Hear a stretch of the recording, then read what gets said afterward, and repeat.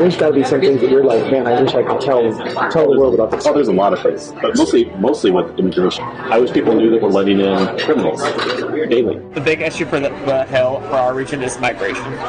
So we poured a lot of money into Central America. Like how much? $4 billion over 4 years. But now migrants are coming from elsewhere, Right. like Venezuela.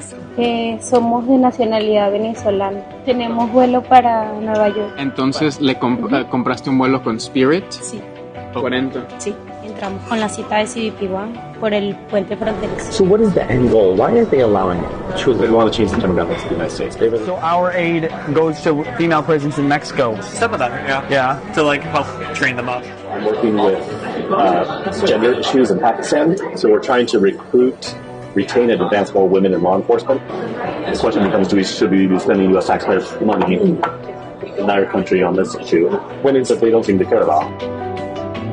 Secretary Blinken, how close are you to him? 5 degrees separation. This is such a niche industry that flies under the radar that the average American does not know. Most people don't know what we do. Mr. Chairman, thank you very much to you, Ranking Member Risch, all the members of the committee, and thank you for the opportunity to testify today. He has briefings coming up in 2 weeks. He has briefings? Yeah, on the Hill. About? The FY 2025 budget request. And that's like with all the congressional people. The big issue for the Hill, for our region, is migration. Oh Help my. stop migration. What are we doing to stop migration? He's not accountable for that, is he? Yeah, we do stuff for it. Oh, do you? Yeah. Oh, I didn't realize that. It's called the root causes strategy. Ooh, how? It's giving money to support and help people at where the origins of the migrants are, so they feel like they can stay there instead of migrating out. So it's Central America, basically.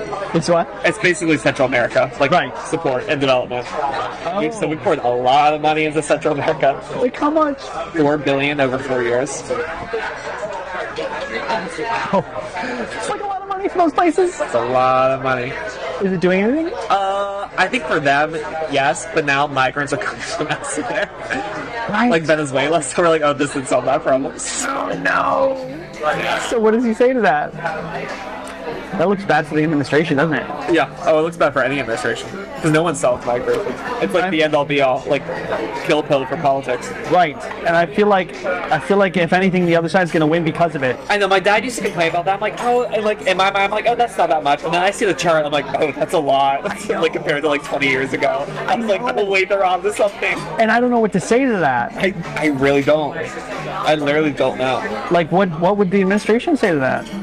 I don't know. And like I sit there too, and I talk with my coworker who like manages the migration for us, foreign assistance, and we always talk every time. We're like, I don't know what we do. Like, there's no clear answer.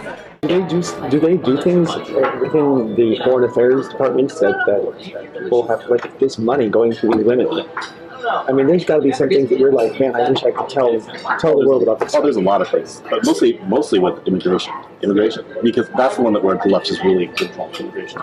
I wish people knew that we're letting in criminals daily. Like when I was in, You have confirmation of that.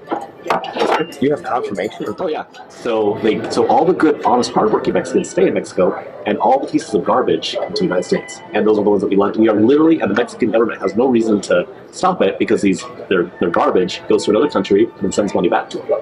Like imagine if the worst of the worst, if all the criminals in the United States were all going to Canada and sending back billions of dollars a year.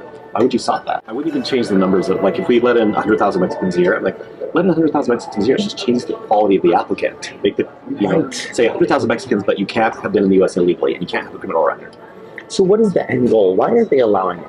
They want to change the demographics of the United States. They really do. Because I mean, no, honestly, the people from Nebraska, like my family's like Americans that have, my family's been in the United States for 400 years. Traditional standard Americans are not leftists.